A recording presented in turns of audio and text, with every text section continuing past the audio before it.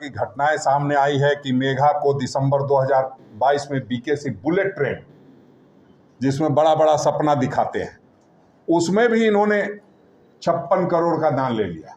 Bullet का जो train station का कॉन्ट्रैक्ट दिया, उसमें भी उन्होंने 56 करोड़ का खेल कर दिया है।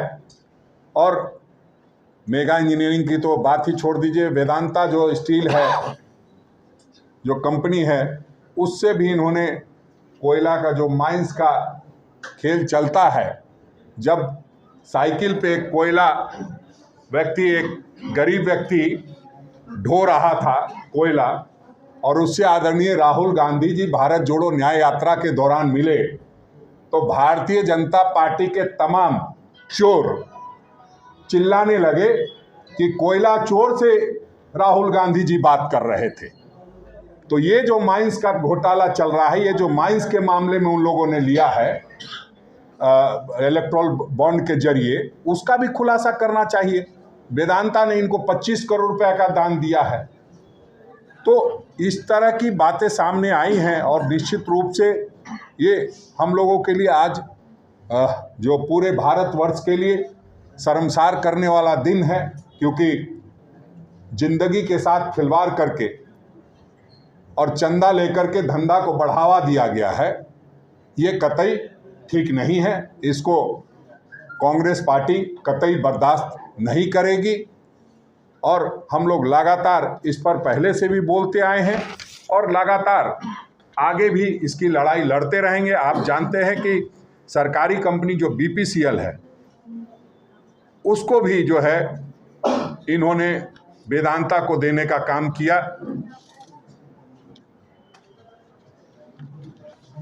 उसके बाद 400 करोड़ रुपया से ज़्यादा इलेक्ट्रल बॉन्ड जो है वेदांता ने दिया है।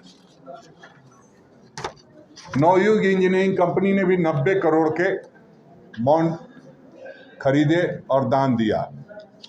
कंपनी यही कंपनी है जो उत्तराखंड में सुरंग बना रही थी, तो 41 मजदूर 17 दिनों के लिए फंस गए थे, और मामले की जांच आज तक पूरी नहीं हुई है। गाजियाबाद स्थित जो जसोदा हॉस्पिटल पर कोविड के दौरान जनता से वसूली के आरोप लगे थे, जसोदा हॉस्पिटल पे भी छापा पड़ा था। जसोदा हॉस्पिटल ने 162 करोड़ का बॉन्ड खरीदा और दान करके जो भारतीय जनता पार्टी का वॉशिंग मशीन है उसमें धुलने का काम किया। इस तरह के केस हैं जिसको आप लोग, अभी तो शुरुआत है, आज तो पहला दिन है, हम समझते हैं आते आते समय आते आते बहुत सारी चीज़ों का खुलासा होगा। और ये जो अडानी के बारे में कुछ चैनल बहुत गला फाड़ फाड़ के चिल्ला रहे हैं, अब इन कंपनियों में देखना होगा कि उनका कितना स्टेक है। अभी ये बात सामने आना बाकी है।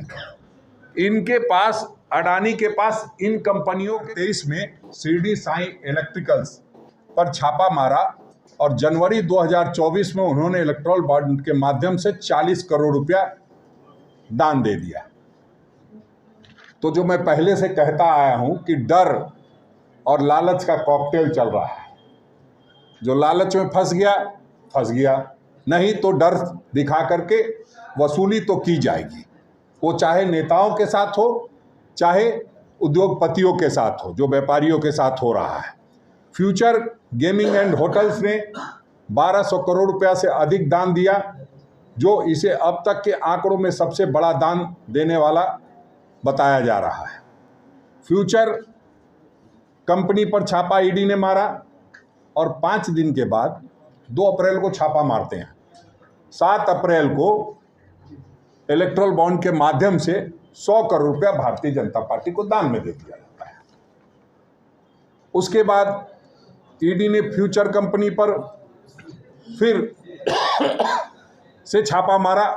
आईटी ने अक्टूबर में छापा मारा, और उसी महीने में इन्होंने फिर से 65 करोड़ रुपया का बॉन्ड भारतीय जनता पार्टी को दिया। इसका मतलब ये है कि 2 अप्रैल 2022 में जब 100 करोड़ दिया, तो फिर अक्टूबर 2023 में उनसे लिया गया। इसका मतलब हफ्ता के साथ साथ सालाना वसूली भी हो रही है। उसके बाद जो है बहुत सारी चीज़ें हैं इसमें। एक सीरम कंपनी है, ऊपर वाले का शुक्र है उसका श्रीराम कंपनी नहीं है नाम, वरना लोग यही कहते कि राम नाम जपना पराया माल अपना, वो वाली बात सत्य हो जाती। सीरम ने 52 करोड़ रुपए दिए। सीरम को कंपनी को एक अधिकार दिया गया कि जितना वैक्सीन लगाइएगा आप ही लगाइएगा और कोई नहीं लगाएगा। और जब इन लोगों का पेट नहीं भरा 2 डोज से तो बूस्टर डोज लेके आए, और बूस्टर डोज ने कई लोगों के घर में उनका अभिभावक छीन लिया, कई का भविष्य रूपी उनका बच्चा छीन लिया। हार्ट अटैक की जितनी भी घटनाएं हुई हैं और जो सर्वे और जो रिसर्च सामने आ रहे हैं उसमें स्पष्ट है कि वैक्सीन का जो फलाफल है कि इस तरह की घटनाएं सामने आ रही है। तो आपने जिंदगी के साथ खिलवाड़ करने का काम किया है। जीविका के साथ तो किया ही, जिंदगी के साथ भी खेलने का कारोबार आपने किया है। हम समझते हैं इतने के बाद भी अगर जनता को घृणा नहीं होगी